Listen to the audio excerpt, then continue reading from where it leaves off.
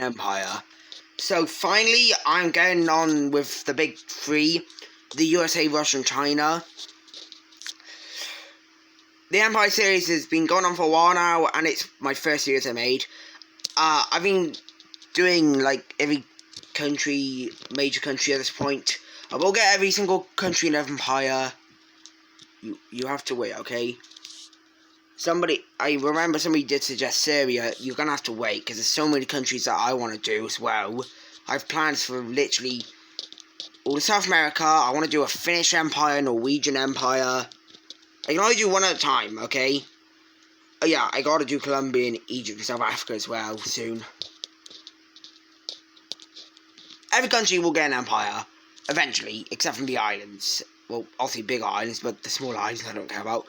Okay, so Russia is a massive country, and if it were to form an empire, it will collapse very quickly. Russia decides that they want to form an empire, and they are going to begin with declaring war on the country they hate the most, Ukraine. So Russia declares war on Ukraine, and Russia will not have... NATO obviously does not exist. Russia will be slightly buffed because they're not that strong in real life, we know that. And Ukraine will have no interference unless it's like another country not alliance, okay? So Russian troops swarm into the Dnipro and Luhansk. Wait. They swoop in and capture the Donbass region and capture Luhansk and...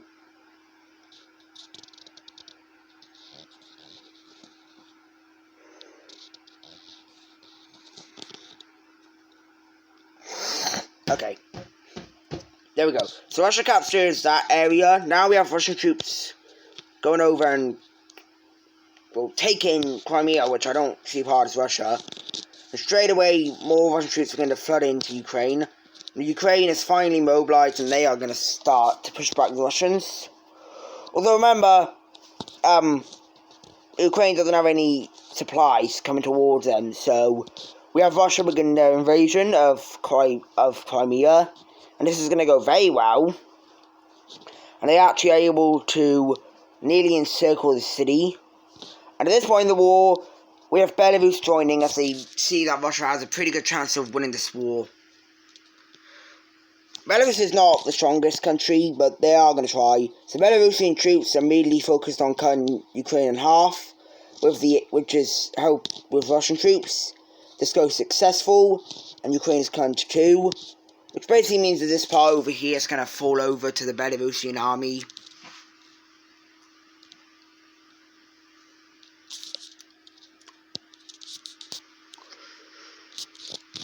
And at this point, Ukraine is getting completely just destroyed. We have the Russian Navy in the Black Sea making landings across the Ukrainian coast, capturing Odessa. We have the link of these armies, and at this point, Ukraine is getting pushed in on all sides. Kyiv is eventually captured, and with no more hope, Ukraine is going to surrender. Let's take a look at this peace treaty. So in the peace treaty, Russia fully annexes Ukraine. You might be wondering, why did Belarus not get land? Well, that's because they're united with Russia. And at this point, the Russian Empire has begun to expand, as two countries now have fallen under its reign, Ukraine and Belarus. And straight away, I think Ukraine would leave Russia. I don't think there's any chance Russia could keep hold of it. And now we have Russia sending in some troops into Moldova to capture Transnistria, but also to invade Moldova. Now, straight away, Romania's going to go back at Russia saying, why did you do that? They're not going to attack Russia because that would just be a dumb idea. But Romania is not happy with Russia at all. And now we have tensions building up between these two, but not a war, obviously. Now we have Russia going up to the Baltics and beginning their invasion of all the... Why is Kaliningrad not going in? Just ignore that. We have Russia declaring war on all of the Baltics. This is pretty, chaos. This is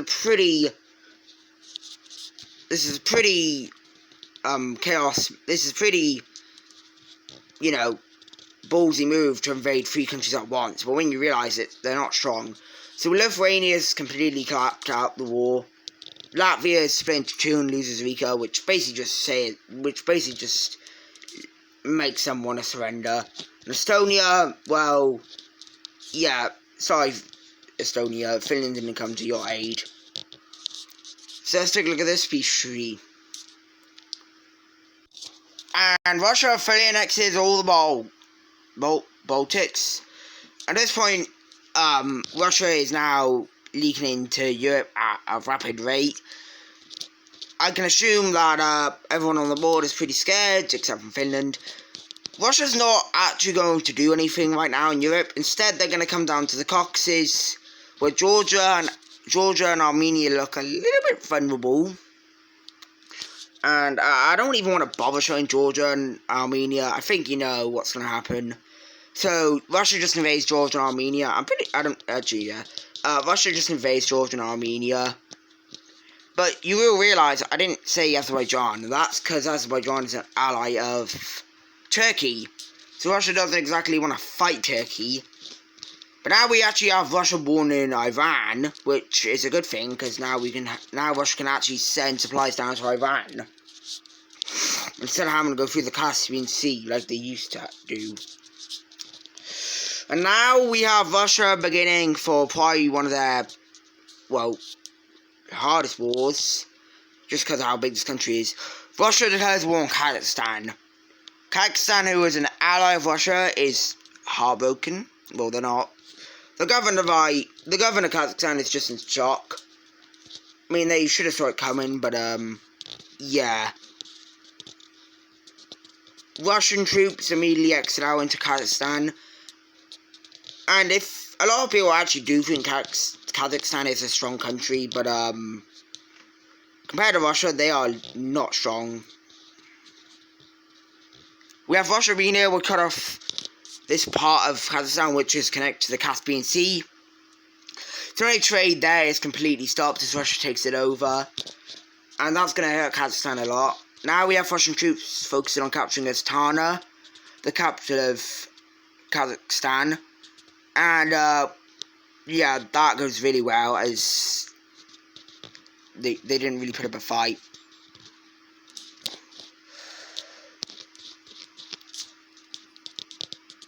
Kazakhstan at this point is starting to crumble little by little as they lose even more and more land. And eventually Kazakhstan just realizes that there's no hope. So Kazakhstan surrenders, and let's take a look at this massive peace not massive. So, Russia is now leaking into now Russia has the access into Central Asia, and Russia's going to make do of it. So, Russia invades Uzbekistan and takes that whole place over. At this point, Russia is becoming very unstable, but I can say that they are not unstable, and that they keep expanding, because I really don't care about reality in these videos.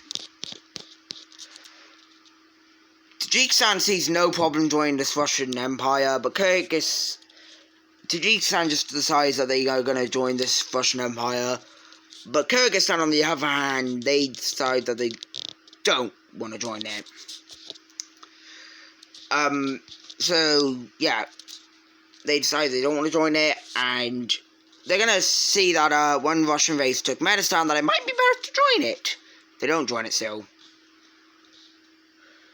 The reason Tajikistan even join is because they see no problem with becoming part of Russia. And speaking of Turkmenistan over here, they are getting absolutely destroyed. Russia slaughters just everything in Turkmenistan, and Turkmenistan surrenders within the first month of the war. So let's take a look at this peace treaty. So, Turkmenistan's gone, and Kyrgyzstan does still not want to join the Russian Empire.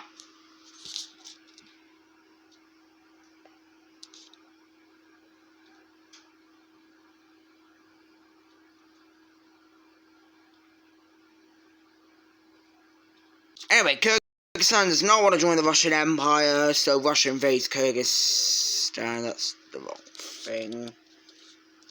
Russia will just invade Kyrgyzstan to teach them that lesson, and now Kyrgyzstan is part of Russia. The more you learn Kyrgyzstan.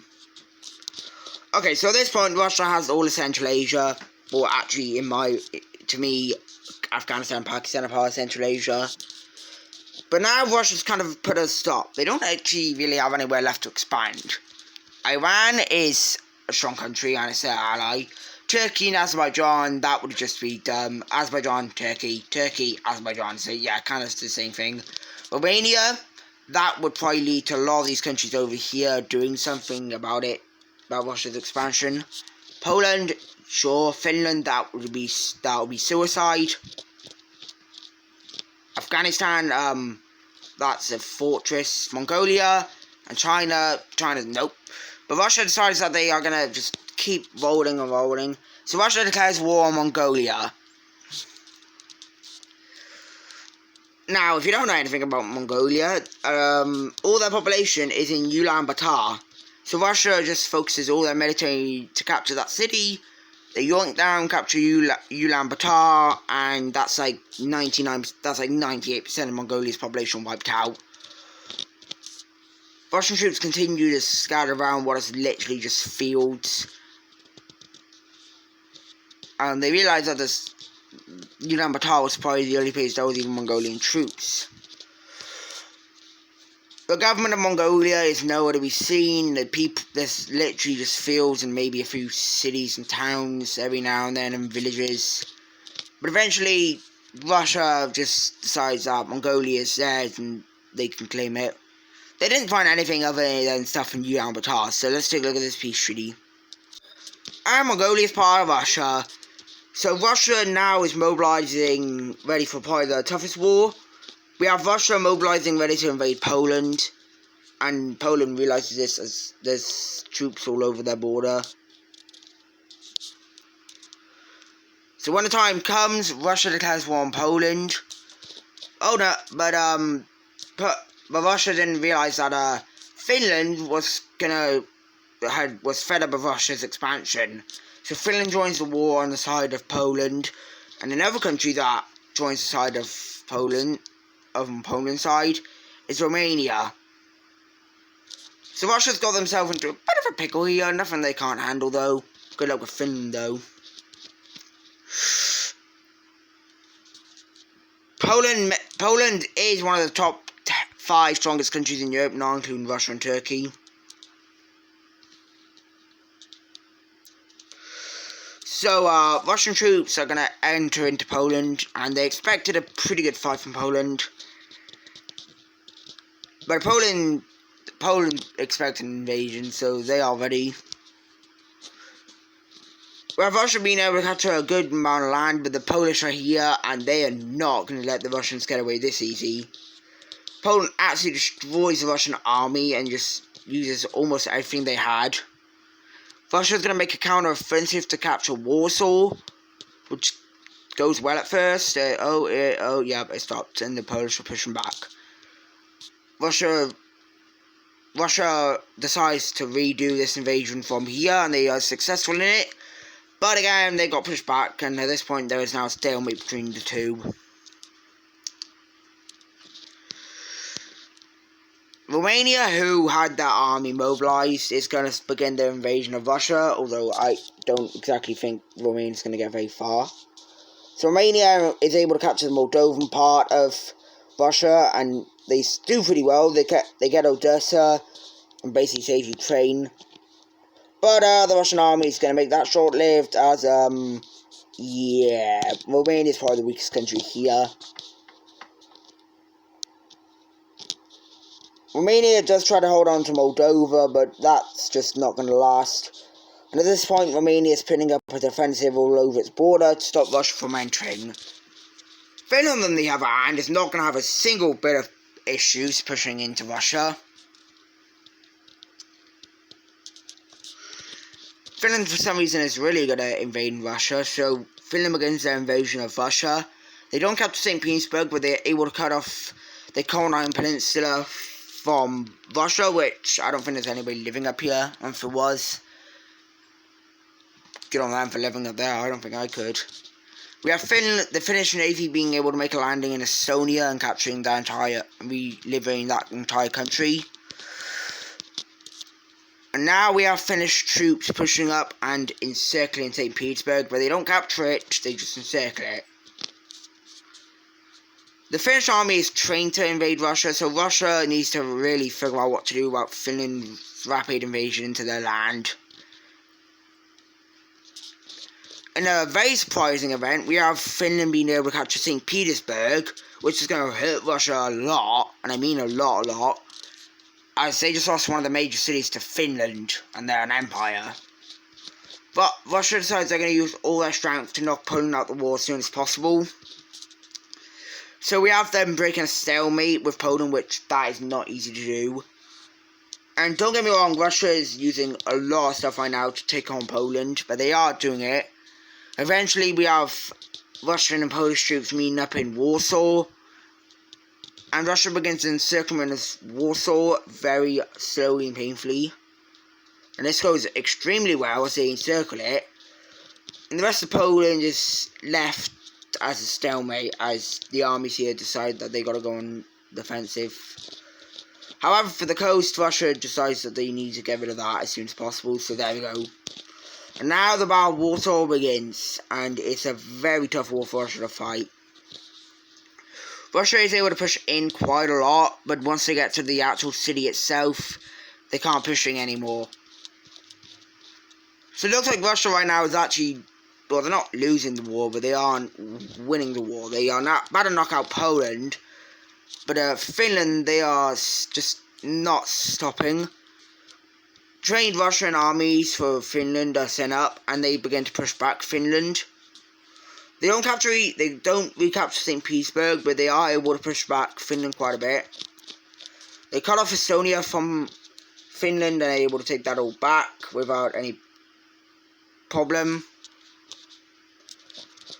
St. Petersburg is now, Russia is now using a lot of their army to try and capture St. Petersburg, which Finland's not going to allow, and there's now a stalemate between the two.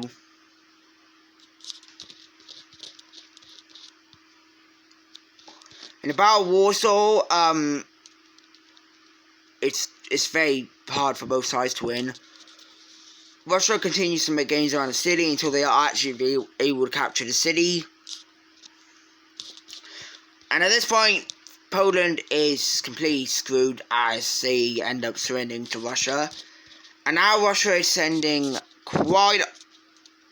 now Russia's sending half those armies. So now Russia is sending up those armies to Finland and one down to Romania, as they got to knock Romania and Finland out the war as soon as possible. As the troops arrive in Finland, it's clear that Finland is starting to get a bit outmatched right now. St. Petersburg is retaken by the Russians, which is a huge success and a huge loss for Finland. And Finland is starting to struggle as their troops are getting pushed back into the country. They do keep hold of the Konar Peninsula, but that is going to be a short-lived thing as Russia is able to take all of that back. And at this point, Russian troops are on the border of Finland ready to invade.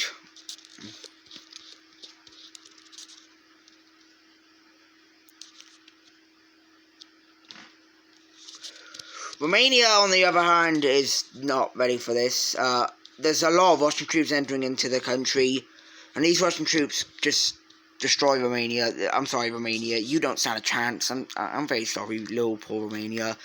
So Romania's knocked out the war right as those troops arrive, and now even more troops are ending up to Finland, who realises that this war is not going to be in the favour for them. Russian troops enter into Finland and now are heading over to Helsinki.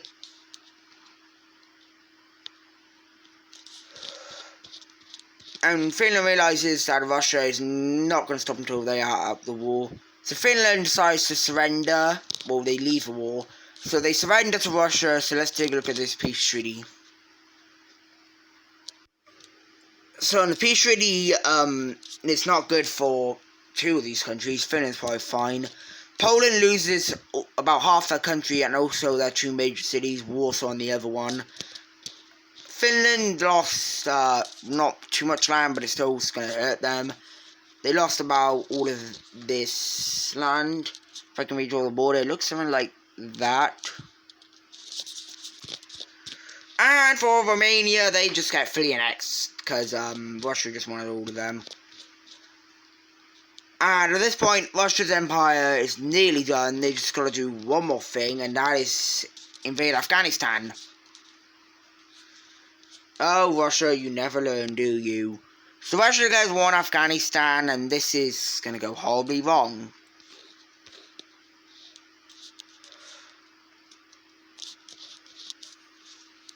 So Russian troops immediately enter into Afghanistan and begin to invade.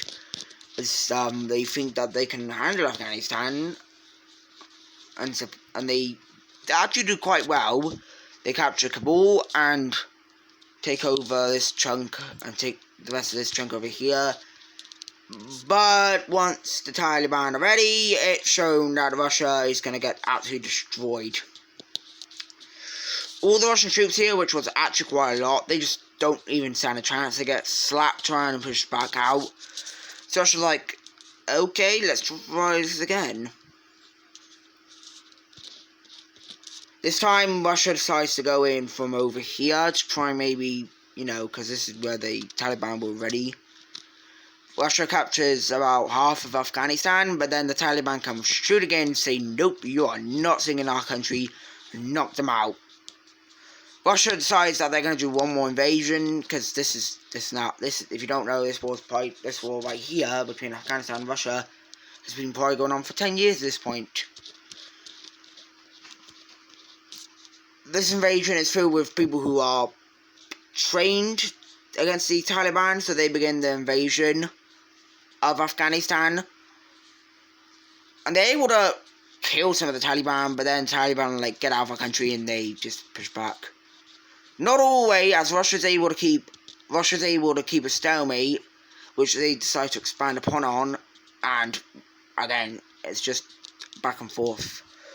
This time Russia loses a lot. This time Russia is losing a lot, so they just decide to take what they got. And so let's take a look at this peace treaty. And Russia gains a little piece of land, which, they were hoping to get all of Afghanistan, but this little piece of land made them satisfied, because they used a lot on that war. The people do not think taking this chunk of land was worth it at all, but Russia think it was, and that is going to actually conclude this Russian Empire video. So I really hope you enjoyed this video, and I'll see you in the next one. Bye.